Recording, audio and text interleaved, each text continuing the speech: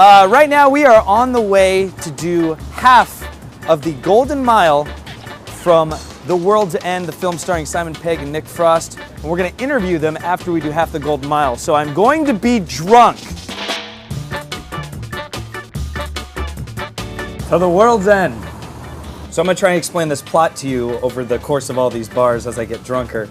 The World's End is the third film in the Cornetto trilogy, which includes Hot Fuzz and Shaun of the Dead. Two of the greatest comedies. The film is about 5 dudes, 5 bros, that they decided to do the Golden Mile, which is they hit these 12 bars in this one town, and they make it all the way to the end, and they survive. Like, that's the whole thing, is to survive 12 pints of beer. And Gary King is like this hooligan ruffian guy. Ruffian's not a word. Gary King rides a motorcycle. He doesn't ride a motorcycle. Gary King is trying to relive something he did with his friends in his childhood, with his friends again this time. So Simon Pegg's character takes a bunch of his friends he had when he was a kid, who did a thing. They tried to do the Golden Mile. Oh yeah. And they didn't finish it, but now they're going to try and do it again because Simon Pegg's character was like, that's the best. So he's trying to do it again 23 years later with a bunch of his buddies, and he is fucking weird, and he wants to drink a lot. So the Golden Mile is his goal, no matter at what cost, no matter if there's aliens, robots. Oh wait, but there's aliens and robots. Well, they're kind of like both.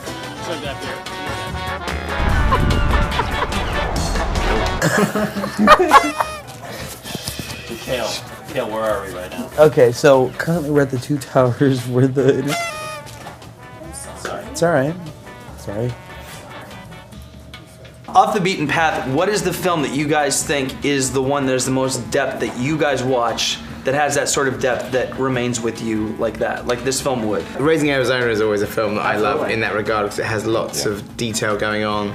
But then so does Back to the Future, so does like Nicholas Rogue's Don't Look Now. You know, like there's all sorts of films that like we like, the ones where on a repeated viewing they sort of reveal like extra kind of details. I didn't spot at the end of Back to the Future that it had become Lone Pines Mall as opposed to Twin Pines Mall. The Twin Pines. Because Marty hits the pine down when he goes back in time the first time, so when he comes back to the future, it's called Lone Pines Mall. I noticed that maybe 3rd or 4th time, and I was like, yeah, that's great. I felt like it's pretty good. Yeah. Christopher Guest's films, you know, I like watching those a few times too, to see things going on in the background. You know, I'll always watch a film again to just look at the background and see what's happening and things you might miss the first time. Films with great ensembles. You can watch Spinal Tap 4 times and just watch each of the main actors each time and you'll get a different experience. I like the Brian De Palma's Dressed to Kill has an amazing thing that in the first 5 minutes there's a camera pan from Angie Dickinson to this guy in a cab, and in the middle of the pan is the killer.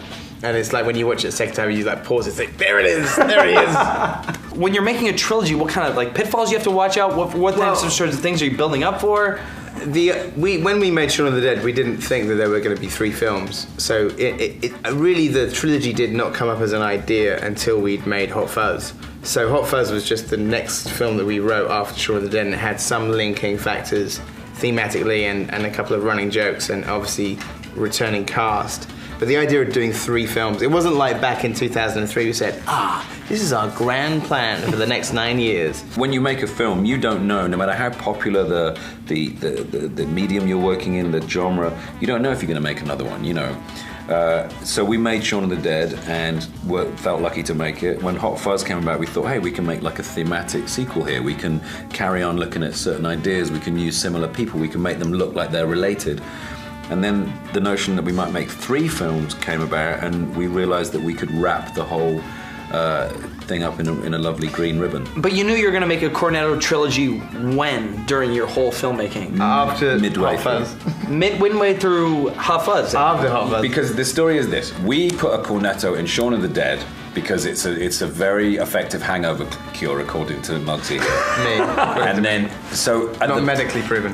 No, this isn't medically. Can you get a caption? Not medically proven. It's got an Aston at the bottom. Put an Aston.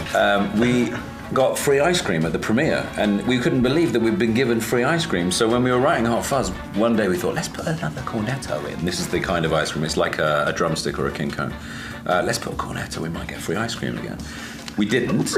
For free ice cream. We were just young, poor filmmakers. You get it where you can.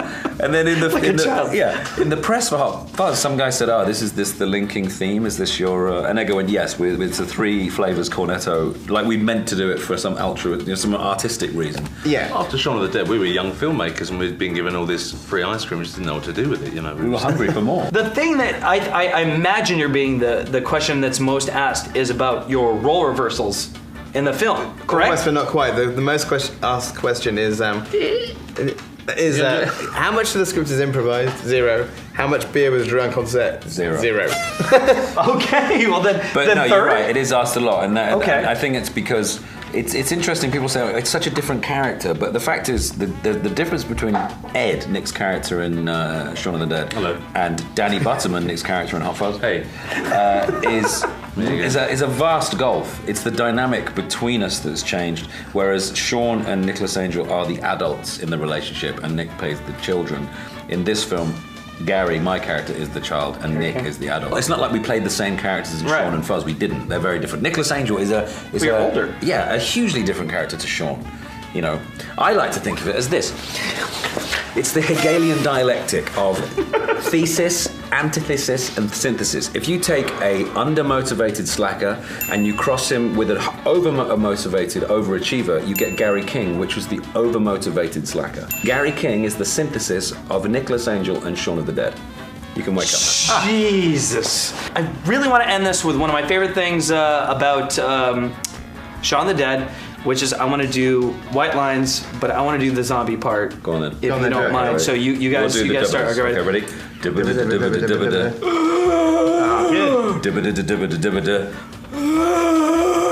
Very good. Yes! Thank you so much, Simon Pegg. You got the part. Edgar Wright, Nick Frost. Go see The World's End. It's fantastic. All right, it's over. We interviewed 3 dudes, and I love them.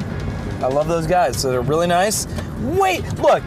There's one stereotype about Simon Pegg, and it's that he's nice. That stereotype is right. Go see The World's End. The end.